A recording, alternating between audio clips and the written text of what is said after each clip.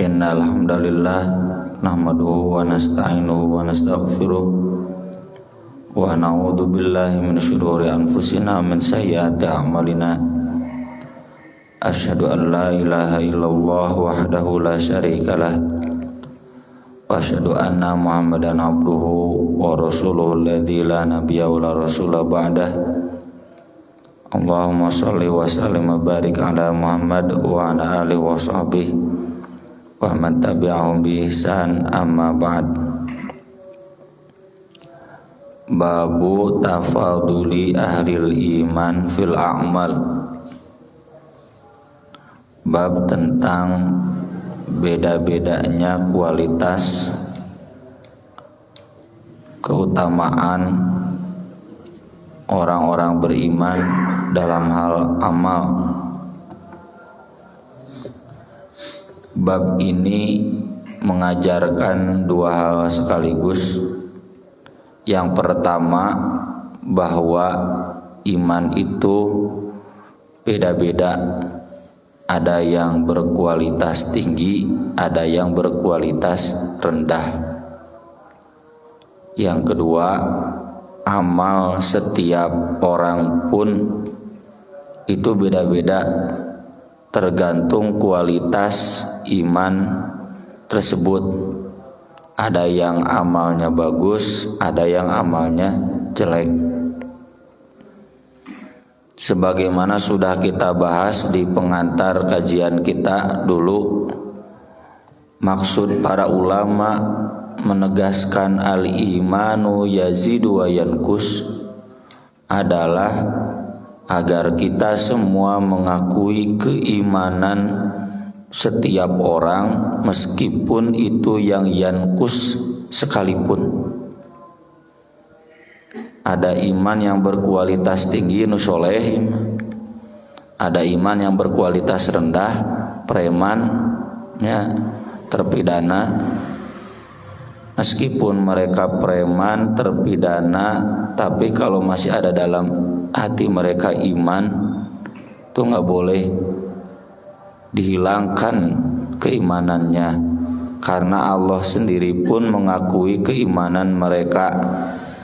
Masa Allah mengakui kita menolaknya? Jadi kita sok tahu, lebih tahu dari Allah? Nggak boleh. Allah saja menghargai keimanan yang kecil sekalipun dan tidak memponisnya dengan kafir. Tapi kita kadang karena jengkel dengan para pejabat di atas, ya, anggota-anggota DPR, polisi kafir cenah gitu. Padahal polisi itu nyanu muslimnya, Kapolri mah udah puguh kafir. Iya, nu muslim, ya. Mereka jelas-jelas muslim, ya. Padahal pimpinan MPR, DPR itu mereka juga jelas-jelas orang muslim. Meski mereka tidak menegakkan hukum Allah yang secara amalnya itu amal kafir, tapi secara keimanan kan tidak hilang. Maka dari itu, perbedaan kualitas iman ini harus kita akui. Jangan kita sembarangan menegasikan, menihilkan nilai iman dari setiap orang. Memang kita orang yang istimewa, memang kita sudah soleh, Pak, Bu, ya. Tapi ini tidak berarti mengajarkan bahwa kemudian Islam mengajarkan yang disebut paham irja. Paham irja itu paham relativisme. Sedang rame sekarang nasi padang babi, ya. Gimana komentarnya di Twitter?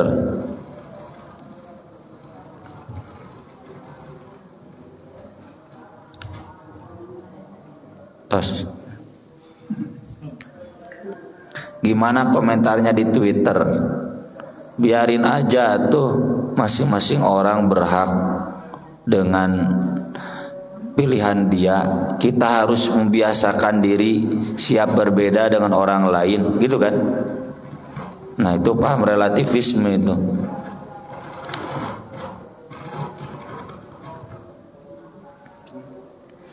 Itu paham relativisme. Jadi merelatifkan nilai. Menurut kita jelek, tapi kan menurut mereka bagus. Kan udah jelas di sananya non halal masakan Padangnya, gitu kan? Akhirnya dituliskan non halal. Ya. Rumah makan Padang babi non ngaranna teh. Ya. Nyata lah. Ketika rame LGBT si Deddy Corbuzier ya, kok mualaf sih teting memang mualaf kene gitu.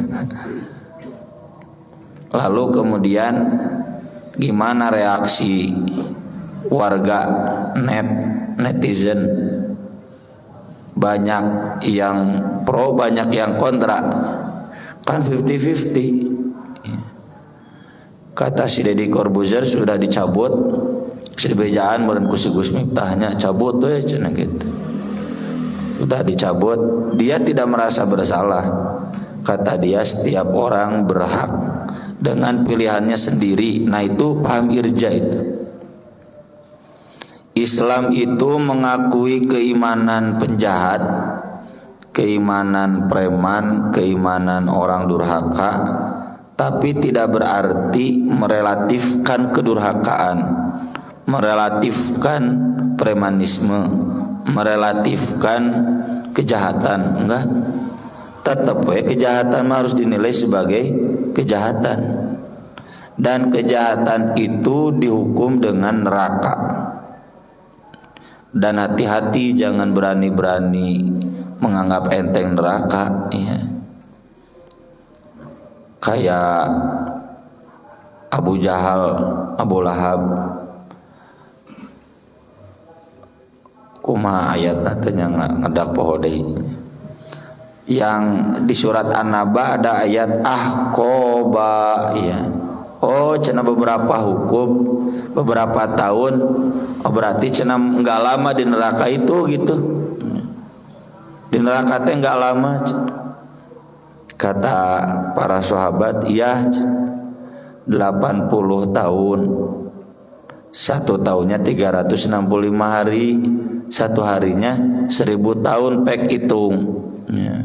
Maksudnya naon? Nya salila-lilana. Ayyamam ma'dudah, paling juga seminggu masuk neraka teh gitu. Karena kita kan orang Yahudi itu pasti dikeluarkan dari neraka. Orang Islam kalau berpendapat begitu di satu sisi benar, di satu sisi salah. Kita kan orang Islam mah pasti ka surga, najar ka neraka heula. Bae atuh cenah ngarapang jeung si Messi cenahnya. Ngarapang jeung si Ronaldo cenah. Yang si Maklok. Maklok geus Islam kan. Tapal. Jadi biar cenah masuk neraka dulu, jadi ketemu dengan public figure. Da kayak gitu urang mah ka surga. Memang neraka teh imah maneh. Memang neraka teh stadion GBLA rame. Satu hari di neraka itu minimal 1000 tahun, maksimalnya khomsina alfa sana 50.000 tahun. Iya masa 1000 tahun ada kurang mal keumuran. Kali 7 umurnya saminggu 7000 tahun. Kuat diduruk di neraka 7000 tahun. Sok latihan heula ngaduruk maneh sapoe we di dieu. Begitu. Jadi kita diajarkan oleh Nabi menghargai keimanan orang-orang durhaka, tapi bukan berarti mentolerir kedurhakaan. Nah, disinilah umat Islam harus seimbang antara khauf jeung roja. Roja besar harapan masuk surga harus ada, tapi kudu khauf takut dari siksa neraka. terlalu besar roja ke kadituna menganggap enteng durhaka, terlalu besar khauf putus asa. Setelah sada orang mah pasti mau ke surga gitu. Sebaik-baiknya apapun amal saya nggak akan cukup menutup dosa-dosa saya, salah itu. Putus asa. Makanya ada di ayat Al-Qur'an, la tayasu min rauhillah innahu la yayasu min rauhillah illal qaumul kafirun. La taqnatu min rahmatillah innallaha yaghfiru dzunuba jami'ah wa may yaqnatu min rahmati rabbih illa dhallun. Itu kata Nabi Ibrahim. Kalau tadi yang pertama kata Nabi Yakub, ya, nggak boleh putus asa, harus optimis tapi sieun oge, dan ini seimbang, ya, jangan besar salah satunya. Hadisnya dari Abu Sa'id Al-Khudri radhiyallahu anhu anin Nabi sallallahu alaihi wasallam, yadkhulu ahlul jannatil jannah, penghuni surga akan masuk surga, wa ahlun narin nar, penghuni neraka akan masuk neraka. Tsumma yaqulullahu ta'ala, kemudian Allah Ta'ala akan berfirman sesudah beres masing-masingnya nuka surga ka surga, ka neraka ka neraka. Akhriju, keluarkan oleh kalian, man kana fi qalbihi, orang yang ada dalam hatinya mithqalu habbah, sebesar biji min khordalin, sawi. Nya sawi itulah juga tarigunya, kayak tepung terigu, tepung aci, bijinya kan kecil. Min iman, dari iman, yang ada keimanan meski sedikit. Siapa yang ada keimanan sedikit ini, dalam riwayat lain, man qala la ilaha illallah, orang yang pernah mengatakan la ilaha illallah, yang memang yakin la ilaha illallah. Saya kan pernah ceritakan ya, kerusuhan Ambon tahun 1985 99 sekitar eta lah. Orang Ambon nutara salat, nutara ka masjid, nutukang mabok, tukang nyanyi-nyanyian, kan Ambon namanya City of Music. Ketika kerusuhan Ambon mada membela umat Islam, mereka sadar bahwa mereka umat Islam.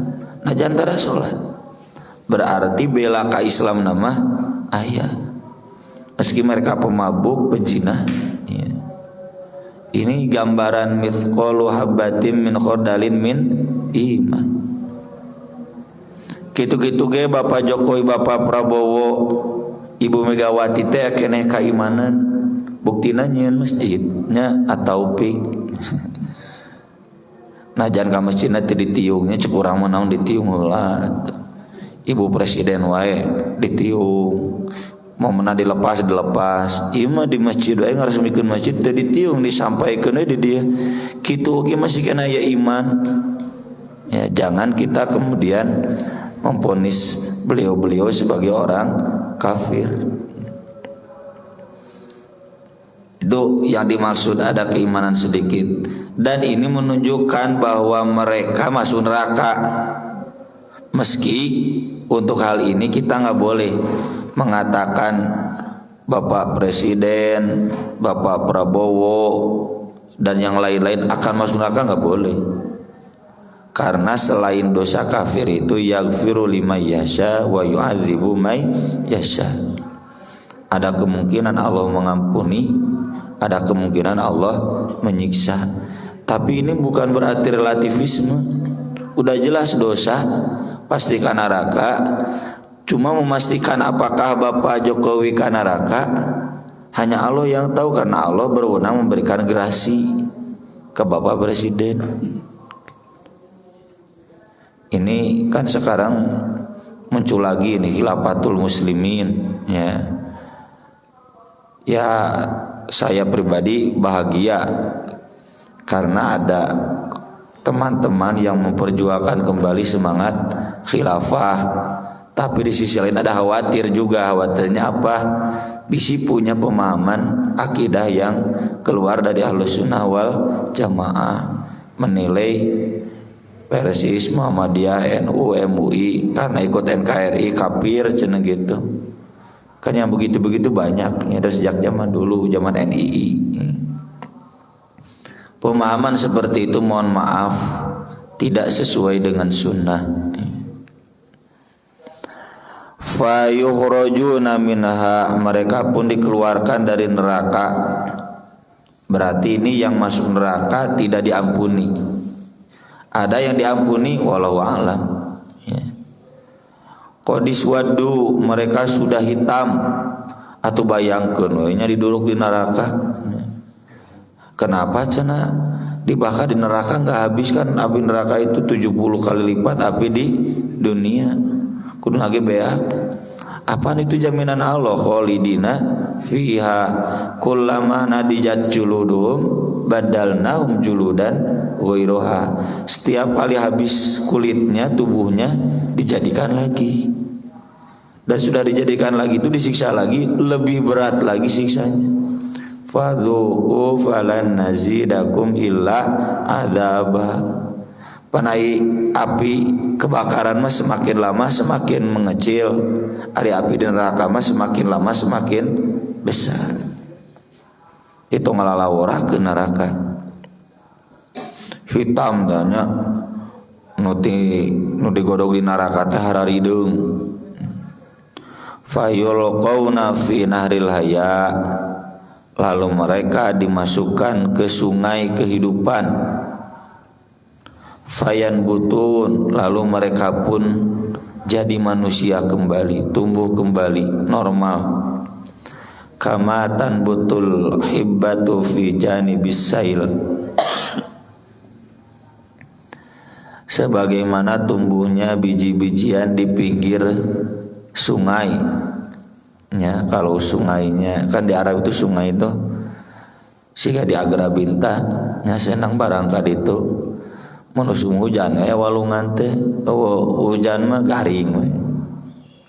Kalau kita datang di musim kemarau koneng teh tanah teh. Kalau kita datang di musim hujan hijau ya. Tuh di laptop saya ada fotonya. Oh iya, foto kemarau. Ini foto yang sama ya. Percayaan budak pemuda ketika saya perlihatkan meni kontras gitunya nya mata kayak dina hadisna. Jadi di Madinah itu kalau kering, tapi kalau musim hujan nah ada aliran sungai jadi tumbuh-tumbuhan. Alam taro annaha takhruju safra'a multawiyah, tidakkah kamu melihat bahwa biji itu tumbuh menguning dan indah ya. Begitulah ya. Sehingga sawah tak ada hujan kan ya, dengan adanya hujan itu kemudian tumbuh dengan sendirinya. Yang enak deh cenah biasa teh ya. Jadi orang-orang ini adalah orang yang rendah imannya, meskipun rendah oleh Allah dihargai, dipindahkan ke surga meski mereka sudah terbakar lama di neraka. Hadis berikutnya dari Abu Sa'id Al-Khudri juga radhiyallahu an, yaqulu qala Rasulullah sallallahu alaihi wasallam, baina ana naimun, ketika saya tidur, ra'aitun nas yu'raduna alayya wa alaihim kumus, aku bermimpi melihat orang-orang datang kepadaku pakai gamis. Minha ma yablughus sudi, ada gamisnya itu yang sampai dada atau bajunya sampai dada. Mun ayeuna mah ditaranjang awak lah nya disarunge unggul gitu. Wa minha maduna dzalik, ada yang lebih bawah dari itu. Wa uridu alayya Umar bin Al-Khattab wa alayhi qamisun yajurruh, dan datang kepadaku Umar bin Khattab, gamisnya digugusur panjang. Siga panganten di Eropa ngagugusur gaun. Tapi ini bukan berarti dalil bolehnya sarung panjang, gaun panjang nggak boleh, tetap sombong. Qalu sahabat tanya, "Fama awal tadzalika ya Rasulullah?" Apa takwilnya Rasul cenah mimpi itu? Kan mimpi Rasul itu pasti benar. Mimpi orangnya mimpi Persib menang, ele. Jadi mimpi Rasul itu pasti benar. Kata Nabi, ad-dain, agama. Ini hadis menunjukkan bahwa kadar agama Umar bin Khattab itu hebat, tapi bukan berarti paling hebat. Kebetulan ngimpi Umar, Abu Bakar atau kaimpikeun gitu. Dia menunjukkan kualitas agama Umar bin Khattab bagus, meskipun agak akhir masuk Islamnya ya. Hadis ini juga menunjukkan bahwa kualitas agama orang itu beda-beda, dan yang berbeda itu kemudian kita harus saling menghargai. Tawasau bil haq, tawasau bis sabr.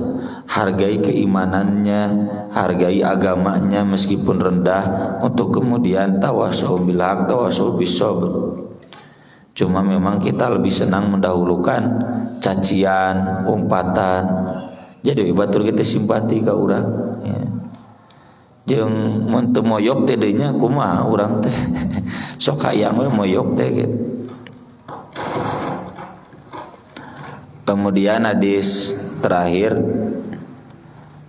dari Ibnu Umar, Rasulullah SAW lewat seorang Ansor yang sedang menasihati saudaranya agar jangan pemalu.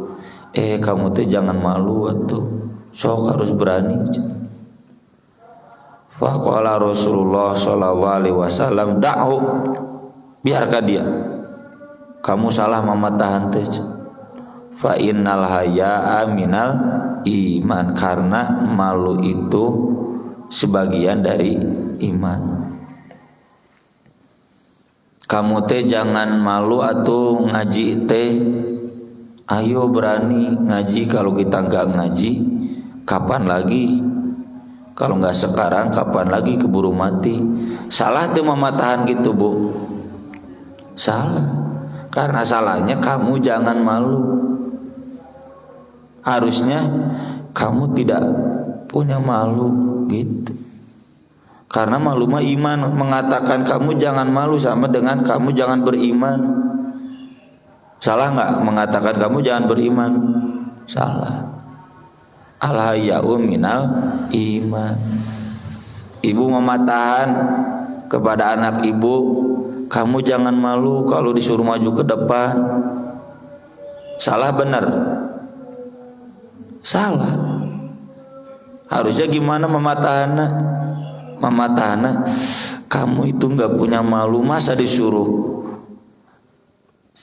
guru ke depan nggak mau gitu. Malu itu baik, jangan dikonotasikan jelek. Kamu jangan malu, harus malu itu. Kamu nggak punya malu, masa disuruh ke depan nggak mau gitu. Beda kan Bu ya? Beda. Ini yang dimaksud Nabi. Cenah kamu jangan malu.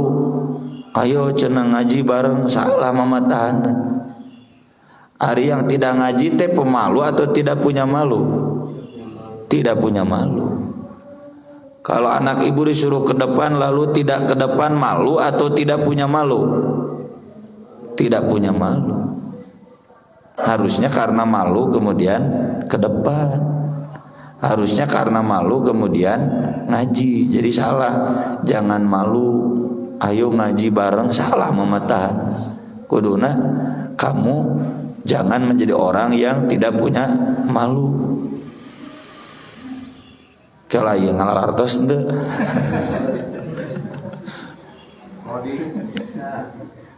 Sakali deui.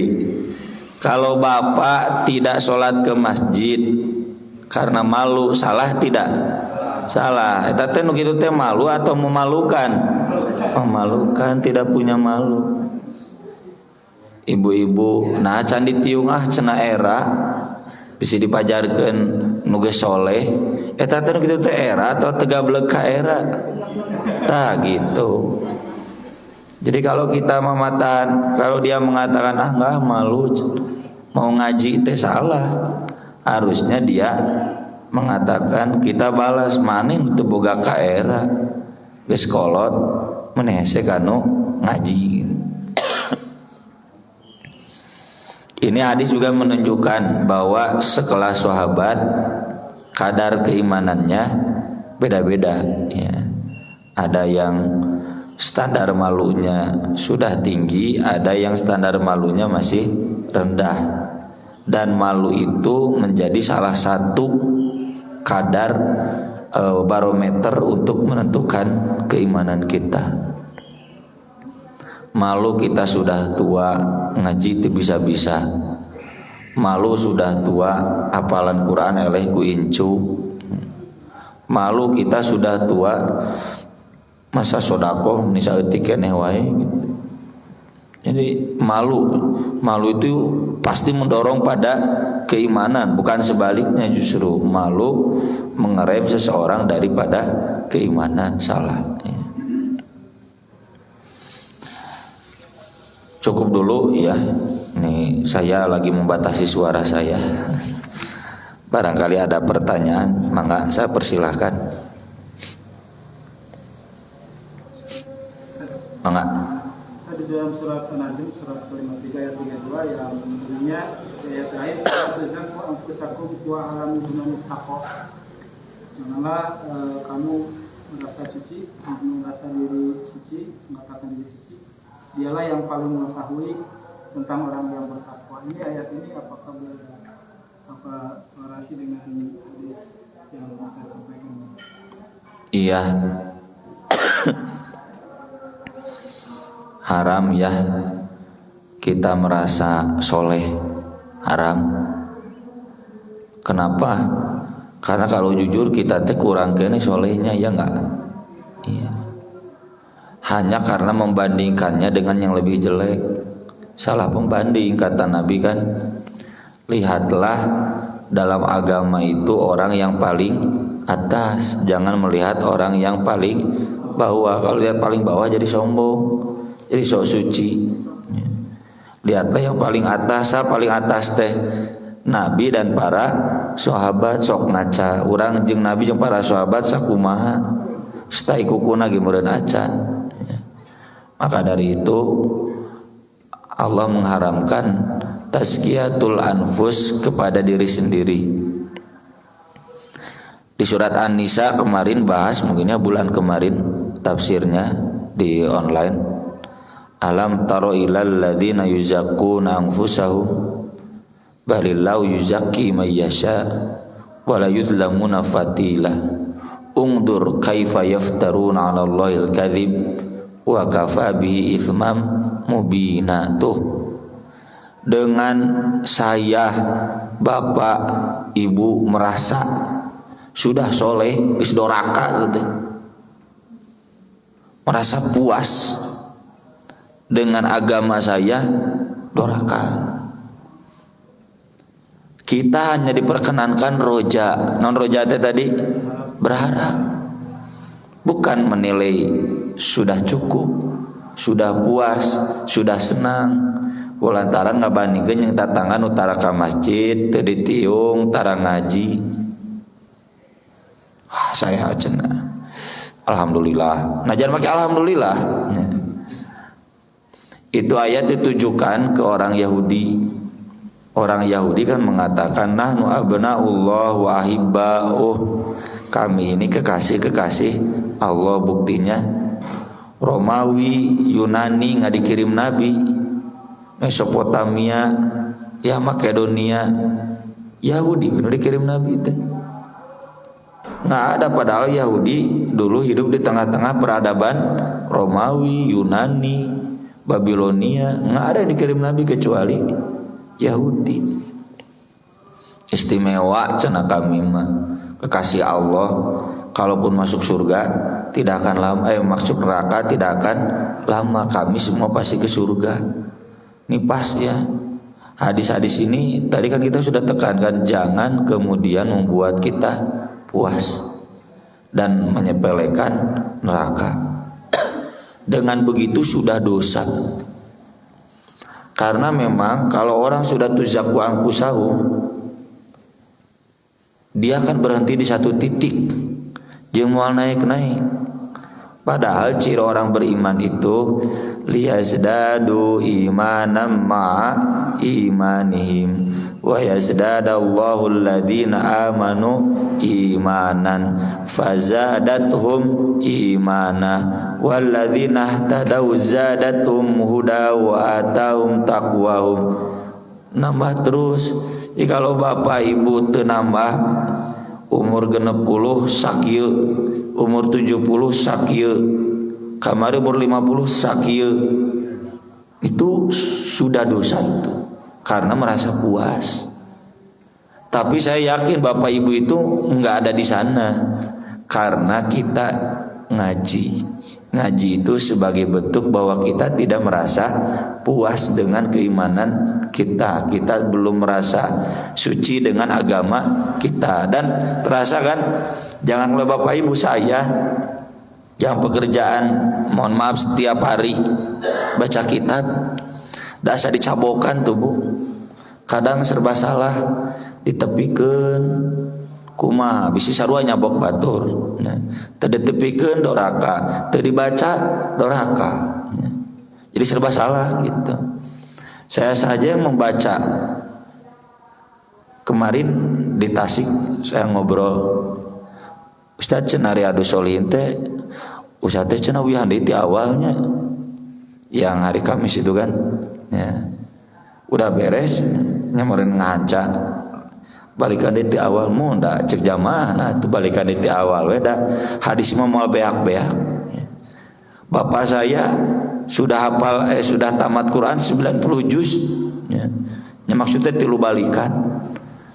Sugan atau saya udah yang kedua kalinya sekarang. Kalau dihitung dengan yang Jumat malam berarti 3 kali. Meski ayat itu saya sudah hafal sejak zaman santri, saya sudah pernah baca, tapi dong dibaca deui mah aya deui we. Itu hebatnya keimanan seorang mukmin itu. Maka kalau kita berhenti di satu titik doraka. Coba kira bapak ibu pasti terasa baca Quran atau ngaji atau Ramadan kamari. Ramadan anger-anger kene gitu-gitu kene ayatan tapi dah aya we anyar. Yang menggugah lagi kan? Menggugah lagi kita, mengingatkan lagi kita. Nah, itu ciri orang beriman, tidak akan berhenti di satu titik. Jadi ketika kita merasa puas dengan diri kita, ya, itu waqafa bi itsmam mubina. Itu cukup dicatat sebagai dosa yang besar, dosa yang nyata. Alhamdulillah medali. Ada lagi? Mengapa Ji? Gini, kalau kita sebagai manusianya banyak dosa dan hilaf. Terkadang kita mau tobat, tapi ada keraguan gitu. Apakah dosa kita diampuni? Sebab dosa-dosa kita kadang-kadang terbayang-bayang dengan masa lalu gitu. Yang jadi pertanyaan, apakah dosa-dosa yang sebelum-sebelumnya akan diterima? Iya.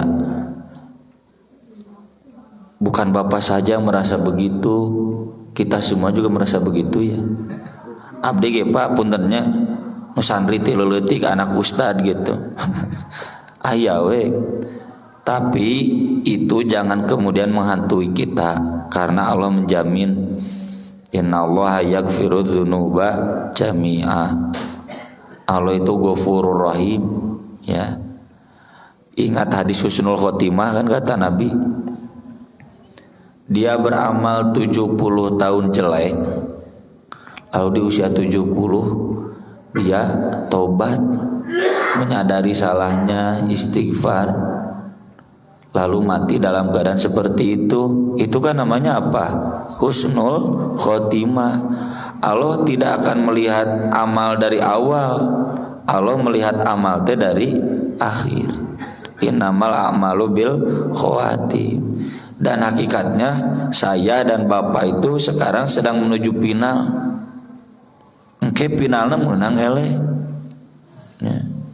Percuma di awal menangnya jika pemain bulu tangkis Indonesia kalah lugur semifinal. Jadi yang sekarang harus jadi perhatian kita, Pak, nanti kita mati dalam keadaan apa? Eta we. Karena yang sudah mah kita serahkan pada Allah. Allah Maha mengampuni. Memang berat ya. Saya pun kadang ngahulang gitu, udah bisa sami, Pak. Ada dosa besar ya. Tapi ya udahlah. Yang penting kita nanti ke akhir masa kehidupan kita bertarung agar kita ada dalam kondisi orang-orang yang senantiasa istighfar. Insyaallah. Jangan sampai perasaan gelisah kita membuat kita nanti di akhir ada dalam keadaan gelisah. Oh bahaya. Udahlah. Kita fokus ke depan, menatap ke depan. Wal tangdur nafsum ma qaddamat lighad. Abaikan masa lalu, abaikan dalam artian jangan menghantui. Kita lihat masa depan. Yang penting nanti kita ketika final ada dalam keadaan istighfar. Begitu ya. Ada lagi? Cukup ya, baik, terima kasih. Aku qouli hadza wa astaghfirullah li wa lakum. Subhanakallahumma bihamdik asyhadu an la ilaha illa anta astaghfiruka wa atubu ilaik. Wassalatu wassalamu ala Rasulillah. Wassalamualaikum warahmatullahi wabarakatuh.